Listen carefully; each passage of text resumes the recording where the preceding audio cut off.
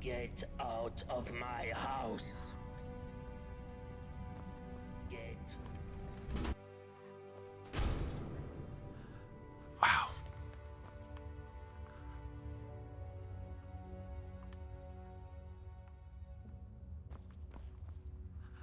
Alright then. We'll just wait until you're out of your house to talk to you.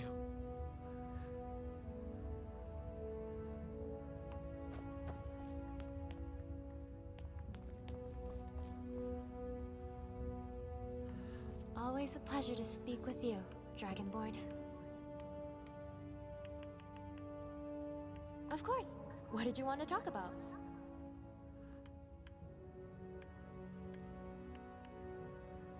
Well, I've heard some really nice ocarina songs, and oh, there's so many character themes. Simply beautiful. Oh, well, yeah, I know a few. Which would you like to hear?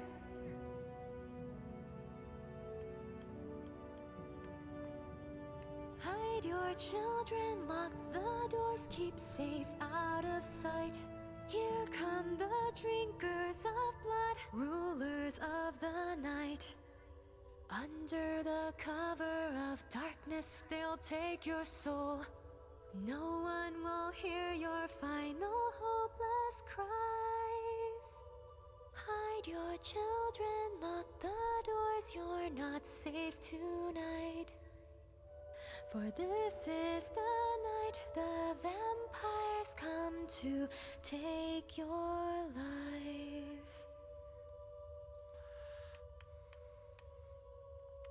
Record 7D31. Dragonborn left for another adventure.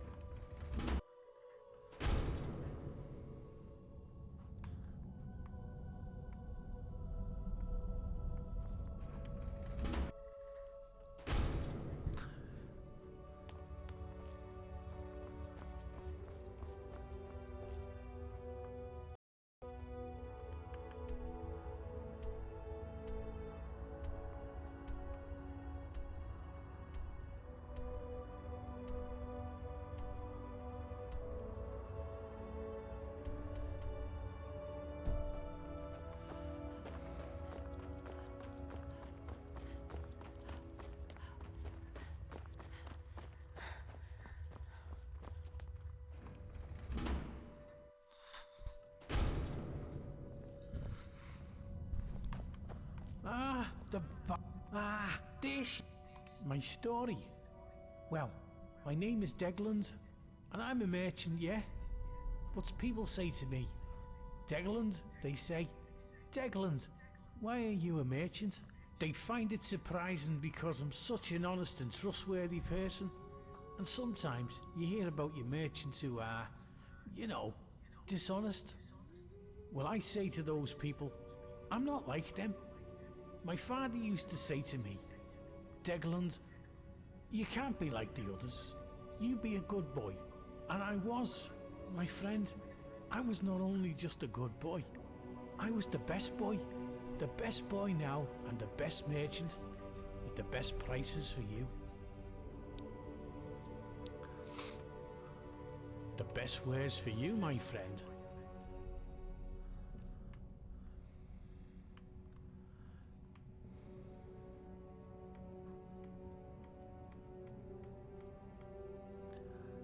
A fork.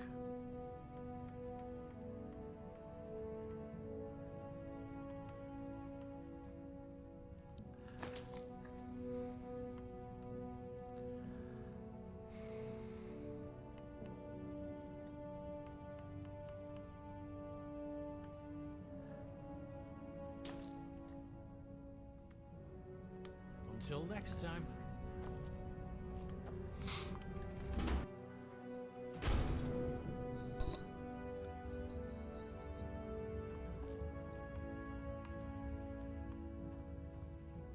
Hello, neighbor. My story? What a strange question. You presuppose that my life is a simple linear sequence of events which can be summed up in a verbal narrative? Well, that's nonsense, of course. First, most of it was so long ago I barely remember.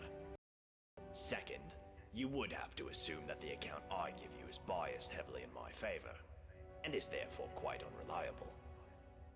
And finally, my story is really much less interesting than this mysterious place. Now, do you have any sensible questions, or can I get back to work?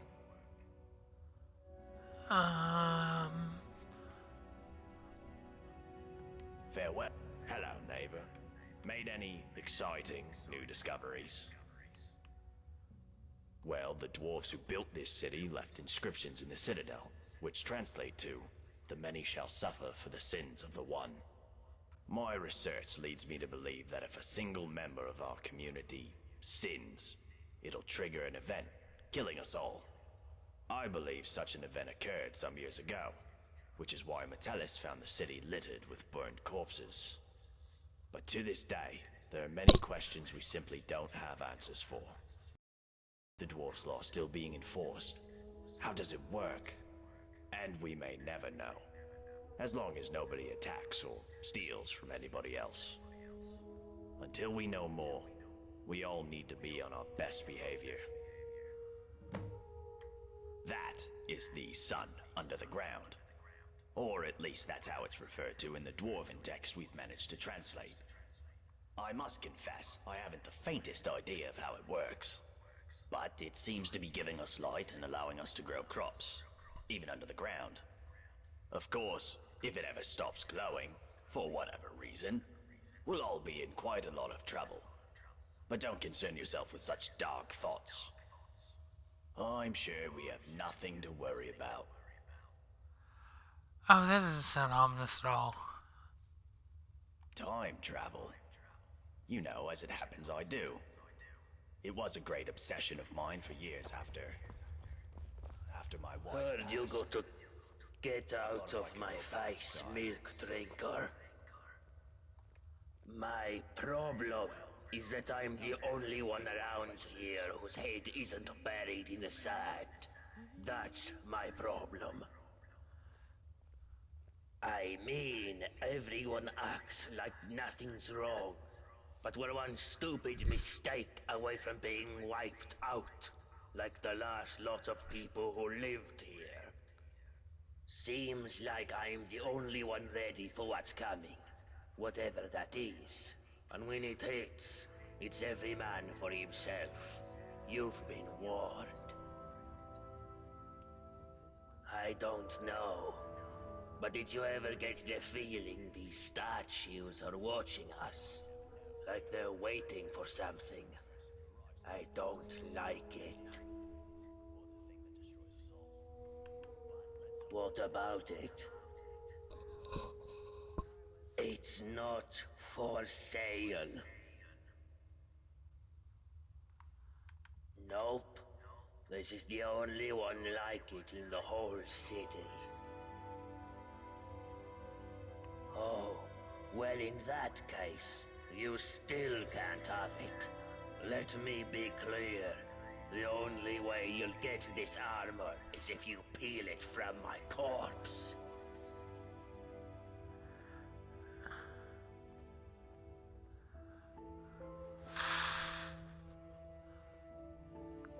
I really don't like the fact that that's an option. Uh-huh.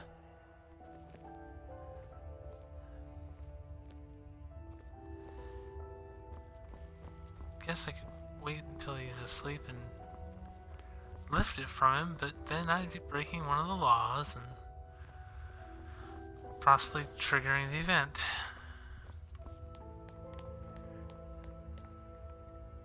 Oh, hello. Name's Castellus Vitus, military engineer of the Imperial Legion. Out of action right now, but don't worry, I'm still in the service. What about you?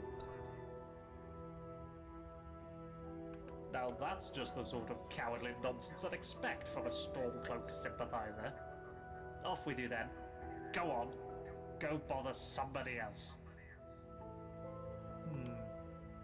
Well, I suppose you're right. But don't think that friendship will last if we ever get out of here. You understand that, right?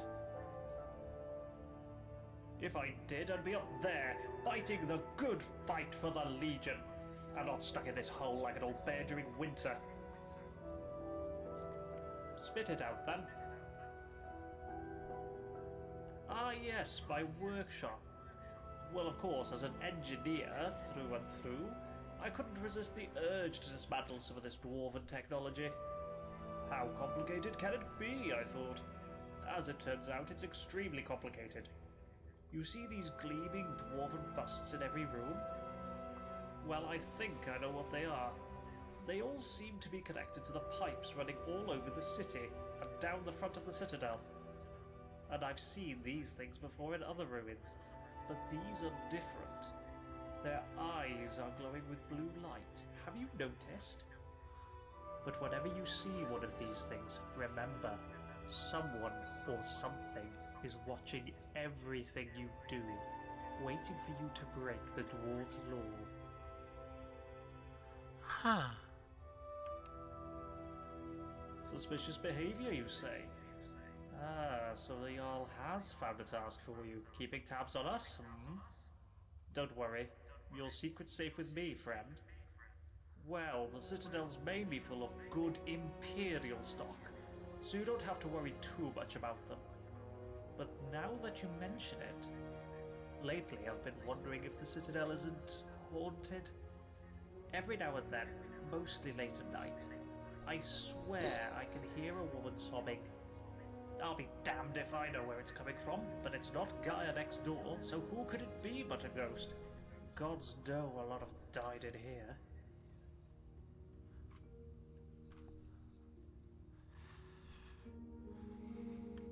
Yes, well, not completely. A little. I think I understand the pipes that run all over the place. See, they mainly carry water. There's a single pipe on the top floor bringing water from outside the citadel inside. Water then trickles down through each floor to the lake. But that's not all. It seems the water flowing through these pipes causes these gears to rotate. And when that happens, they somehow create light. The dwarves were brilliant engineers. I doubt I could hold a candle to them. Not that I would need to, with all the lights in this place.